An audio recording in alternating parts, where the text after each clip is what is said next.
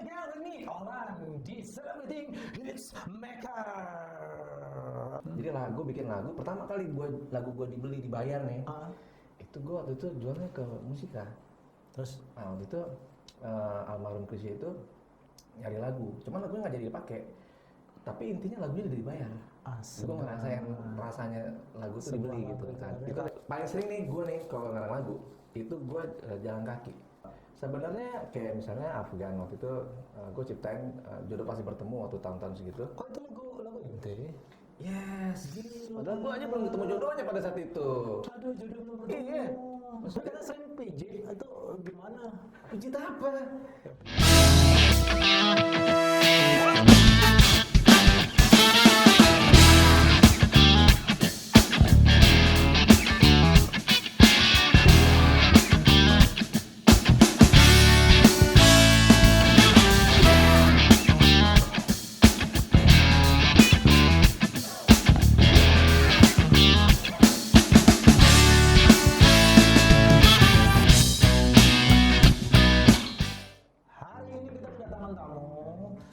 Singer, songwriter, dan dia juga pintar. Salah satu pencipta lagu di 3 komposer. Dia ada Bambi Nur. Sehat Olan. Terus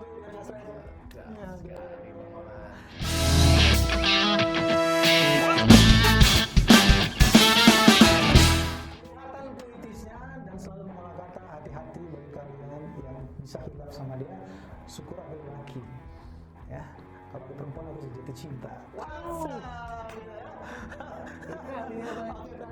Seorang songwriter, arranger, singer, Bambi Nur merupakan keluarga besar dari musisi sih ya. Ada silsilahnya ya. Wah, bisa diceritakan tuh apa hubungannya tuh seperti almarhum Krisya, terus Dono Zakaria, Vina Pandawinata itu kok bisa apa ininya hubungannya sebenarnya apa sih?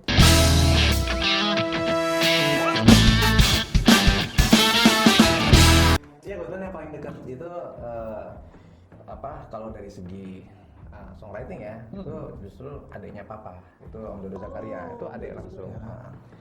Dia jelas lah almarhum Dodo Zakaria pada masanya itu karya-karyanya banyak yang masterpiece lah. Oke. Masterpiece. Banyak karya-karya yang banyak yang orang tahu gitu.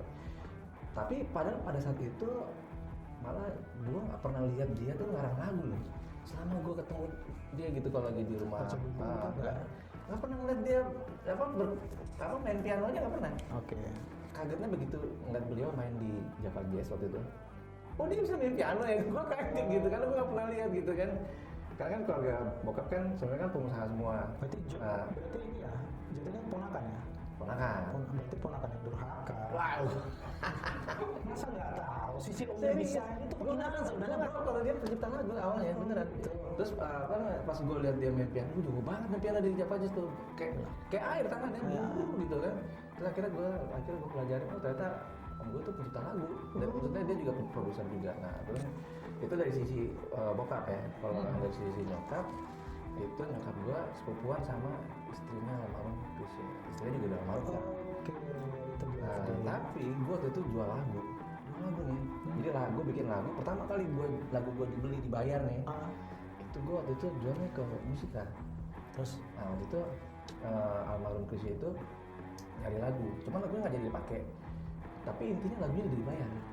Gue ngerasain rasanya lagu tuh dibeli gitu kan. Itu dari awalnya dari pembukanya tuh pembukanya dari almarhum om gue. Aduh, keren. Jadi itu ini pernah tertulis di Bambi Nur sudah berkiprah ya. Jadi pernah dinobatkan menjadi Composer of the Year ya di Showbiz Indo Award 2014, betul nggak brother? Itu kok bisa sampai situ, gimana itu predikat terdahsyat tuh? Kok abang bisa tahu? Yes. Di sini masalahnya lagu terdahsyat Love Is You masih dahsyat juga itu. Itu gimana bisa sampai ke situ tuh? Ya memang kebetulan kalau yang pada masa-masa itu 2013, 2014 itu emang banyak karya-karya gue yang lagi beredar, lagi banyak dikenal orang, dan kebetulan memang dibawakan sama penyanyi-penyanyi yang lumayan besar namanya. Hebat-hebat gitu, penyanyi besar-besar gitu. Atau itu berpengaruh nggak dengan sering putus cintanya, atau sering terluka, atau Apa ini? sering terhina, jadi tercipta sebuah lirik-lirik yang bisa, itu lirik itu punya magic tersendiri. Saat itu kondisi keuangan bisa jadi kan, hubungan, status segala macam itu mempengaruhi energi kita untuk buat lagu. Itu satu gimana sih Mas? Tapi yang pasti gue bikin lirik itu bukan karena melirik lirik ya. Ya. Lirik kiri kanan. Ya karena gue kan pengarang lagu. Gue pengarang lagu, jadi gue harus pintar mengarang. Gue nggak harus mengalami. Kalau mengalami kan bukan mengarang, itu pengalam gitu. Mengalami adalah Pengalam, ya kan bahasa baru.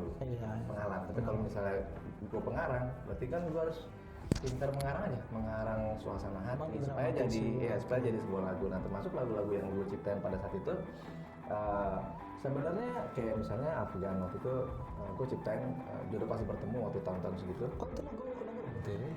Yes. Padahal gue aja belum ketemu jodohnya pada saat itu. Iya. Masih jomblo waktu itu gue. Makanya setiap orang bilang dia masih jomblo kan. Iya. Terus kayak gue bikin lagu Love Is You.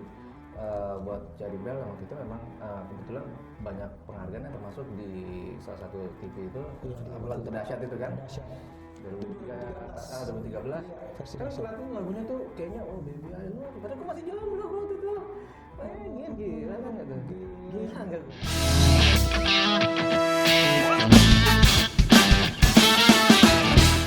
banyak faktor juga. Pertama memang mungkin dari segi lagu, momen, terus siapa yang membawakan, lalu bagaimana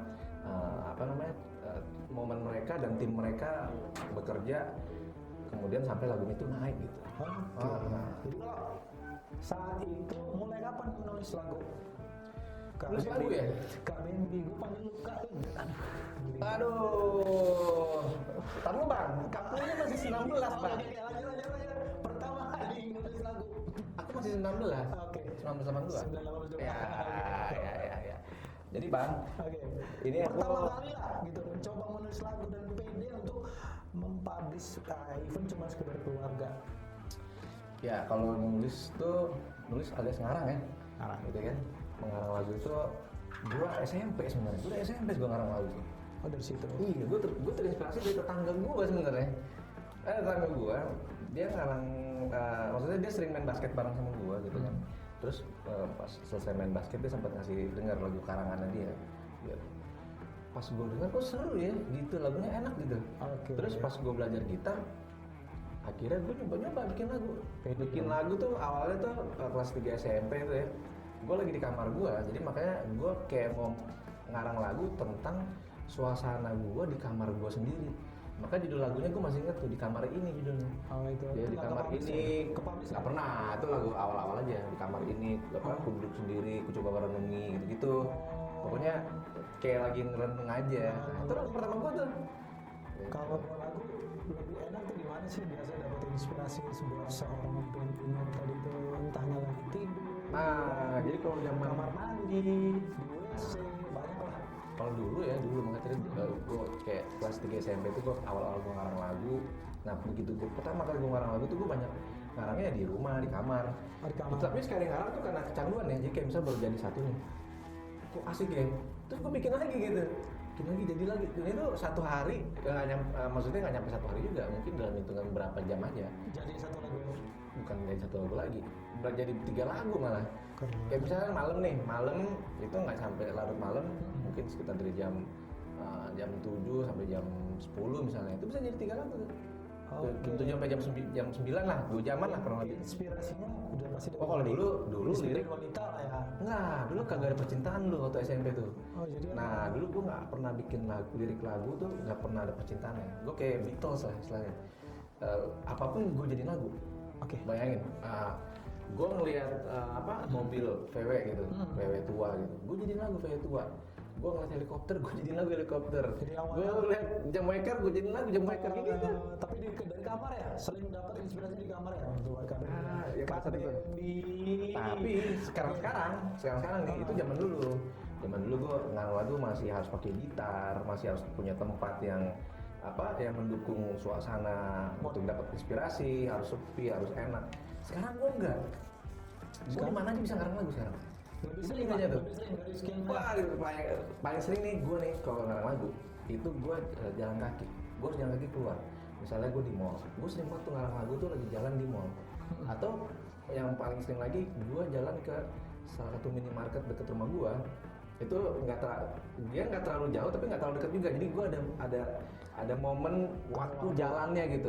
Jadi nah pas perjalanan pergi, perjalanan pulang itu jadi tuh lagu.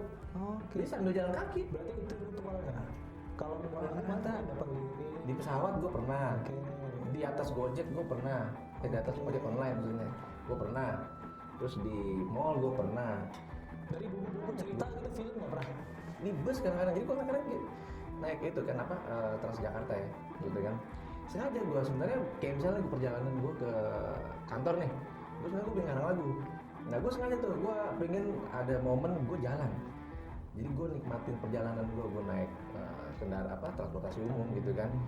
Di situ justru dapet tuh feelingnya gitu. Banyak gitu.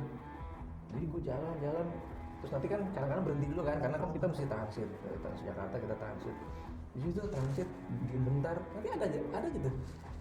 Sampai kantor nih jadi lagunya. Itu Sama lirik. Gak pakai alat musik gitu. Pusat. Karena pada dasarnya gini, kalau misalnya kita mau bikin lagu yang simple gitu kan, berarti lagu itu harus bisa dinyanyiin tanpa pakai alat musik. Jadi bisa dinyanyiin di mana aja, kapan aja. Kayak misalnya mau nyanyiin di kamar mandi, nyanyiin di halte, ya kan? Lagi duduk sendiri di taman gitu, nggak pakai alat musik, lagi jalan kaki bisa humming. Berarti kan lagu itu nggak perlu pakai alat musik. Nggak perlu pakai alat Jadi musik. lagu itu ya lagu yang simple tuh lagu yang bisa dinyanyiin tanpa harus pakai alat musik. Gitu bro, bisa diejak gitu, bisa terbang di udara gitu nadanya gitu. Oke, setelah udah sekian banyak lagu nih, Kak Baby. Gimana? Nah, jadi cinta beberapa lagu itu contohnya dari semua lagu. Yes. Apakah lagu mana yang paling ini gue banget nih lagu ini? Ini Susah tuh. susah ya. Susah itu, jadi Kan banyak terkontaminasi tadi katanya, nggak harus real. iya, Bener nggak? justru itu dia. Kita kan mendramatisir, bisa berpengalaman dari teman-teman, lihat film, lihat buku. Iya, susah tuh karena menurut gua beberapa karya-karya gue itu kadang-kadang gue begitu selesai jadi nih, jadi bikin lagu, itu gue kayak terpukau sendiri gitu. Kok bisa gue bikin gini gitu? Dan gue gue suka melihat dari segi permainan kata-kata sih di dalam lirik lagu gue. Kayak misalnya contoh ya, Bangun Cinta misalnya, contohnya lagu itu komposer Bangun Cinta, ya kan? Gue sebenarnya hanya bermain kata tuh, gue ngebalikin dari kata jatuh cinta. Jadi jatuh itu kan lawannya kan bangun gitu. Sedangkan jatuh cinta itu orang udah familiar sama maknanya kan, oh jatuh cinta.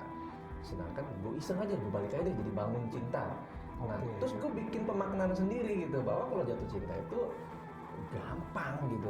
Jatuh cinta itu kan cuma ngeliat sebentar lu bisa jatuh cinta, tapi kalau bangun cinta tuh butuh waktu, nggak semudah tak secepat hati jatuh cinta kalau kata pujangga gitu. Iya, pujangganya mah gua juga ya. Banyak sih wanita yang hilaf. Iya. Ternyata kita sering pijit itu gimana?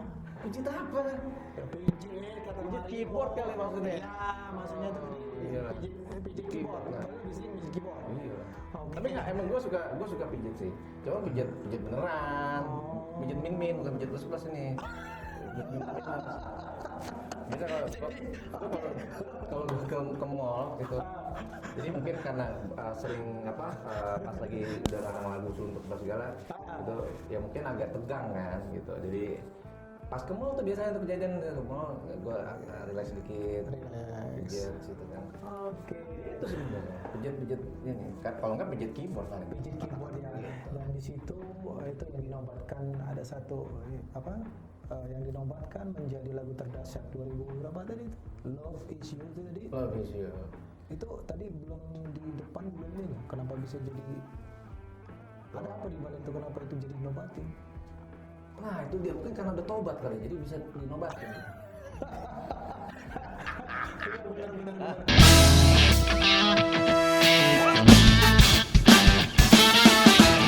Perasaannya apa itu ketika semuanya sudah menyanyikan lagumu, baik itu Bangun Cinta dan yang lain-lain di pelosok negeri, itu perasaannya bisa diceritain nggak perasaan itu? Waduh, perasaan itu ya pasti happy banget ya. Dan banyak wanita mengira itu lagu buat dirinya.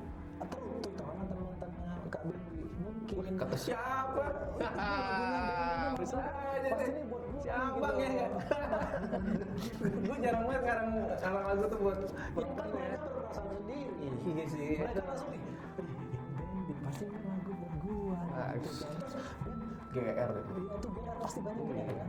Apa ada yang Nggak pernah karena saya biasanya kalau gue tuh kalau ngarang lagu tuh bener pengarang gue, bukan pengalam. Jadi gue nggak ngalamin sesuatu terus gue ngarang lagu, gue nulis lagu gitu. Oke.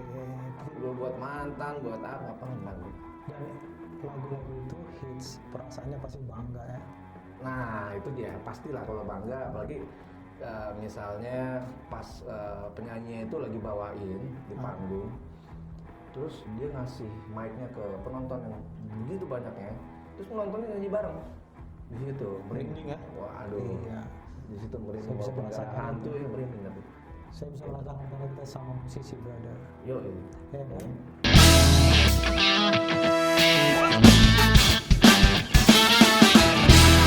Oke, jadi sesama musisi kita merasakan kan ketika lagu yang kita ciptain itu kita nyanyikan tuh semua ikut nyanyi di depan, itu kebanggaan tersendiri, nggak bisa dinilai dengan materi. Sedap sekali ya. Abang ini musisi ya? Enggak juga. Musisi kanan, musisi kiri. Mau yang mana? Kedua-duanya. Siap. Oke, bicara tentang pencipta lagu tanah air banyak nih bro. Maksudnya banyak lah lawan, katakanlah dia kompetitor, buat kita tuh kompetitor lah untuk tetap eksis di dunia penciptaan lagu. Bagaimana itu mensiasatinya dengan mempertahankan eksistensi seorang songwriter yang hits itu. Bocorannya lah sedikit dikasih tahu apa gitu. Nah kalau menurut gue gini, kita sesama seniman ya. Ya nggak ada kata rival lah, nggak ada ya. Tapi Karena gini, ada alasannya, ada argumentasinya. Kan seniman itu, ya apa, komposer ini kan seniman ya, pelaku seni. Jadi dan yang dihasilkan itu karya seni. Karya seni yang sebenarnya ketika kita menciptakan sebuah lagu, itu kita menciptakan sesuatu yang cuman ada satu-satunya di dunia. yes. Kita menciptakan original ya. Iya, kita menciptakan sesuatu yang cuma ada satu-satunya di dunia. Kenapa gue bilang gitu? Ketika ada orang lain di belahan dunia mana bikin yang sama sama kita, Tidak itu memperasa plagiat namanya. Plagiat. Jadi kita menciptakan sesuatu yang nggak ada gitu, yang cuma kita yang bikin gitu.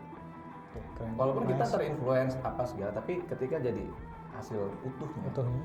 kita ada sisi originalitas. Jadi ada sisi bahwa kita menciptakan sesuatu yang gak dibikin sama orang lain gitu. Nah jadi kalau misalnya kita menciptakan sesuatu yang memang enggak hanya satu-satunya gitu, kita nggak perlu takut dengan sebuah kompetisi. Karena boleh jadi hari ini kita bikin sesuatu yang bagus, boleh jadi juga abis kita bikin yang bagus, Ada yang lebih bagus. ada yang lebih bagus lagi gitu kan. Iya. Mungkin bagusnya kita di kuping pendengar masih lebih bagus yang sebelah lain. Tapi nanti kita bikin lagi lagu B misalnya, ternyata lagu kita lebih diterima masyarakat dibanding lagu dia. Nanti dia bikin lagu C, ternyata lagu dia lebih masuk dibanding kita pas keluarin lagu kita. Mencerahkan sekali. Sebenarnya momen kompetisi itu hanya ketika momennya keluarnya bareng. Benar Itu sih, aja, hanya momennya keluar ya, ketika mencari hanya momen keluar. tadi. Tapi kan sekali lagi lagu itu nggak sendirian ya. Lagu itu juga satu kesatuan sama penyanyinya. Nggak cukup Bagaimana lagu, yang mengantarkan. penyanyinya juga siapa? Oke. Penyanyi itu nanti ada karakternya lagi. Karakter. Gitu. Lagu potong bebek angsa, kalau nyanyi Afgan ya enak juga gitu. Enak juga.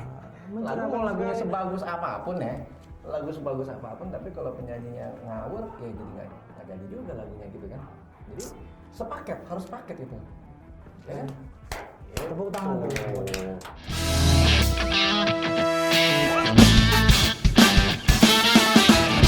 Zaman COVID gini bro, udah Yes, tahu bro. kita nih kondisi seperti ini. Mungkin nggak ada panggung, pada nyungsep. Terus apa nih trik tipsnya kenapa bisa bertahan buat kita semua? Apa nih pesan dari seorang Bendi Nur? Apa nyiptain lagu terus atau jualan apa gitu atau yang lain? Kalau kita zaman nggak ada panggung begini, gitu kan, Atau cari panggung? cari punggung aja deh. cari punggung. Oke, yo. Kayak gini. Nah, kalau gue sih ya pribadi, maksudnya mungkin teman-teman yang lain juga mungkin mirip-mirip juga sih. Yang pasti kita ada Survival mode, ya. survival mode pasti ada. Tapi kan bukan berarti nggak produktif dalam membuat lagu. Justru itu. Jadi sebenarnya masih ada peluang karena dunia ini sekarang era dunia digital. Semua punya wadah. Nah, jadi dunia digital ini aksesnya ini everywhere. Ya, everywhere. Di mana aja. Anywhere, everywhere. Kalau kita di-cut gara-gara lockdown, gitu kan kita dirumahkan. Di rumah pun bisa diakses gitu. Benar, Digital pun bisa diakses di rumah. Jadi kalau kita bisa eksis di lingkungan digital, gitu, kita ngambil peluang ya di lingkungan digital, terutama di music digital environment. Jadi digital music environment. Kalau kita bisa ngambil peluangnya gitu, ya mulai dari mungkin kita kelola akun misalnya yang paling sederhana aja gitu, kita ngelola akun terus akun kita jadi naik, viewersnya banyak dan lain-lain, kita bisa build-in maksudnya endorsement dan lain-lain. Jadi apapun ceritanya, pandemi tidak mengamputasi kita untuk berkreasi. Ya, tidak memangkas kreativitas. Bahkan sampai teman-teman musisi kan bikin semacam live streaming. Selalu ada peluang sebenarnya.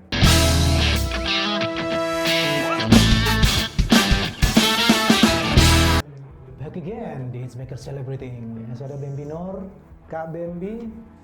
Di luar musik ada kegiatan lain nggak selama kita pandemi ini di luar musik? Jadi gini deh Olan. Kak Bambi ya. Kak Bambi. Deolan. Deolan. Jadi di luar musik.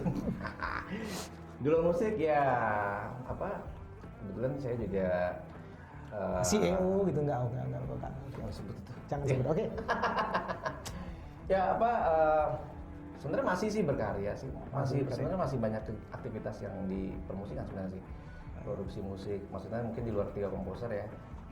Saya masih jalan beberapa produksi musik dari klien-klien.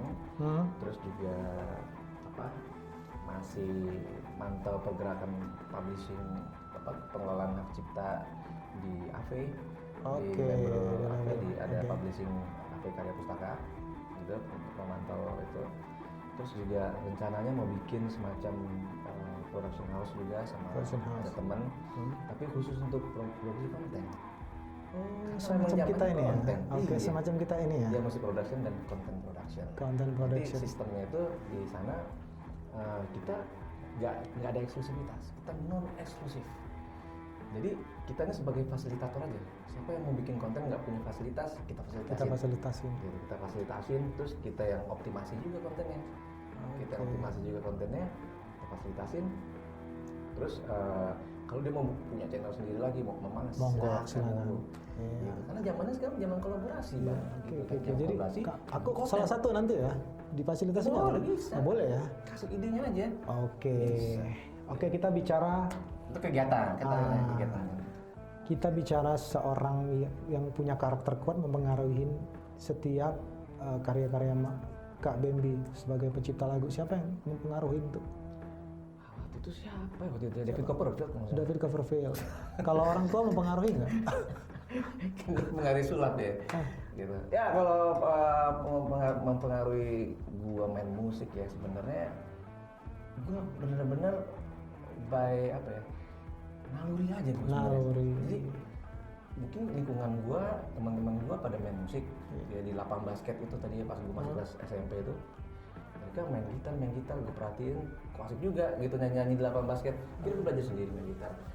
Dulu mama gua almarhum gitu ya, ulang tahun gua waktu gua masih SMP, beliau beliin gitar, nggak gua minta tapi dia beliin gitar gitu.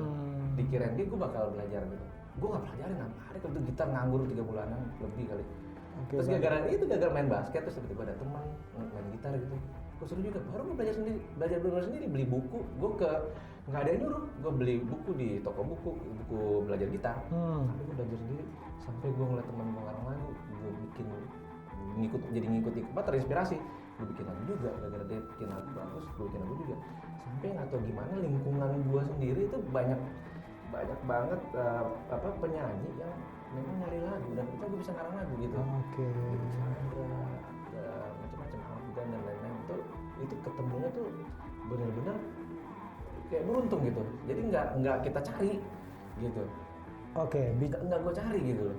Tiba-tiba datang nggak kenal. Itu sebenarnya lingkungan yang juga mempengaruhi gue. mempengaruhi ya Lingkungan. sama lingkungannya. Kalau orang tua, keluarga ya sedikit-sedikit aja sebenarnya. Walaupun mungkin networknya banyak juga sih. Ya, terus itu berarti itu motivasi juga termasuk ya. Motivasi apa yang buat motivasi? Oh ini hidup gua. Ini gua terusin motivasi keyakinan diri. Oh ini gua sebagai songwriter, gua singer, gua komposer. Apa yang buat tetap bertahan dan mengklaim dirinya sebagai, ada kan kita untuk mengklaim diri Komposer. sebagai komposer walaupun tak terpublish dalam omongan, tapi sebenarnya oh iya gue pede nih. Terus Terus semua orang masih butuh berkebun. oke, Gua jadi harus mencangkul ya? Enggak, gue di beda. kompos. Kompos. Kompos. Oh, kalau komposer itu. Komposer lain itu. Lain itu gue Oke. Iya. Motivasi. Jadi gini, apa? Gimana? Motivasi lah. Iya, Kenapa motivasi. masih bisa bertahan dengan? Iya. Kenapa gue nggak jadi guru misalnya atau buka ini? Ya sebenarnya sih apa ya kita ya pasti apalagi kayak di era seperti ini ya kita pasti punya naluri gitu. Naluri untuk Peluang. berkembang, untuk cari peluang pasti selalu gitu. Tapi memang peluang yang di depan mata itu masih banyak di musik sebenarnya gitu. Masih banyak peluang depan mata walaupun kita saat gua sendiri kadang-kadang nyoba peluang lain. Gua pernah bikin restoran, gua bikin apa kuliner 2 kali malah gitu kan macam-macam. Nah terus gue investasi nggak jelas misalnya gitu. Tapi maksudnya istilahnya gini. At least kita mencoba ya. Kita punya naluri untuk melihat peluang sebenarnya itu pada dasarnya dan pada akhirnya masih banyak peluang dari musik gitu bro. Nah itulah yang Industri kreatif. ya kita motivasinya kan sebenarnya cuman gimana caranya kita maju sebenarnya. Pertama maju dari segi apa nih misalnya segi kemapanan dan lain-lain gitu kan sebenarnya gitu. Ketampanan juga ketampanan. Ketampanan. Iya, sudah pasti itu ya. Bisa. Kalau kamu di dapur, abang di dapur bisa. Ketampanan dan kenampanan. Kenampanan ya. Kenampan ya kan di dapur. Gitu. Aduh. Gitu bang. Jadi motivasi apa kita untuk maju melihat peluang dan ternyata musik ini Masih juga memberikan menjanjikan, ya, masih menjanjikan sih. masih ada peluang apalagi era digital. Industri kreatif tuh lebih Indonesia kreatif era digital dan selama kita punya kemampuan dan kita punya banyak teman-teman yang bisa kolaborasi Support lah, saling support. seandainya kita nggak bisa sendiri kita cari rekan-rekan kita yang satu satu rasa lah gitu, satu chemistry. satu chemistry. Yuk kita collab gitu, gua nggak bisa main gitar, lu bisa main gitar gitu, collab kita bikin tim produksi misalnya gitu kan, lu bisa nyanyi, ayo kita bikin ini aja channel cover, kita cek, Sip. tes aja semua, tes. Iya gitu. Itu petua tadi Nah, dari Kak Bambi, dan salah pesan lagi dari Kak Bambi, bagaimana nih Kak untuk teman-teman yang mungkin dia punya karya, dia punya sesuatu yang mungkin berpotensi bisa jadi sesuatu lebih bagus, menjadi dicintain atau dinikmatin. Mungkin dia mau mencintai lagu, bagaimana bisa yang belum terpublish tuh, apa pesan-pesan Kak Bambi? Mereka ini belum terpublish nih. Terus pesan-pesannya Kak Bambi yang lebih ya dramatis pesan-pesannya juga. yang pasti gini, waktu kita berkarya, kita ini kan sebenarnya ada 2 tujuannya. Kita berkarya untuk diri kita sendiri, didengar sama diri kita sendiri, sama yang kedua diapresiasi sama orang lain alias menghibur hati orang lain gitu kan. Jadi kalau kita mau menghibur hati orang lain, kita perlu pendapat orang lain. Ya. Kita kasih denger ya karya kita gitu. Oke. Dia misalnya dia dengar kayaknya lagunya masih kurang gampang dihafal gitu. Kita coba lagi gitu. Jadi jangan pernah puas sebenarnya. Jangan pernah puas. Dan Walaupun kita jangan pernah puas dan jangan pernah buas. karena kita tidak alat pemuas. Tapi terima kasih Kak Bambi. Jangan pernah puas dan jangan pernah buas. Iya. Kak Bambi boleh. Yes. Tadi saya lihat baru ada launching dari 3 komposer. Itu Oh, judulnya iya. Energi Cinta, itu ciptaan Kak Bambi atau Bareng-bareng. bareng. Oke, bareng-bareng. Dan itu bisa Teman-teman. kita bisa lihat nanti, teman-teman mungkin bisa tahu di mana bisa menyaksikan Energi Cinta. Siap, itu pasti bisa disaksikan. Video klipnya dulu itu bisa dilihat di channel YouTube-nya HP Record. 3 komposer featuring Niki Tirta. Dan lagu itu lagu yang cuman dibikin kurang dari 30 menit. Niki Tirta datang ke konten kita untuk curhat dan kita bikinin lagu kurang dari 30 menit. Penasaran nggak lagu yang kurang dari 30 menit jadinya kayak gimana? Tonton itu. Energi Cinta. Dan yang pasti liriknya menginspirasi. Menginspirasi semua orang. Menginspirasi semua orang. Lebih universal ya. Yes. Oke, itu tadi dia bersama Bambi Nur. Kita pamit undur diri. Terima kasih Kak Bambi. Sehat Siap. selalu, jaga protokol. Bambinya Hah? Pamit udah. Udah, nggak usah pamit usah aja pakai ya. pamit. Saya Oh, siap. Awan. Oke. Lebih dan kurang kita mohon maaf. See you later. Bye bye.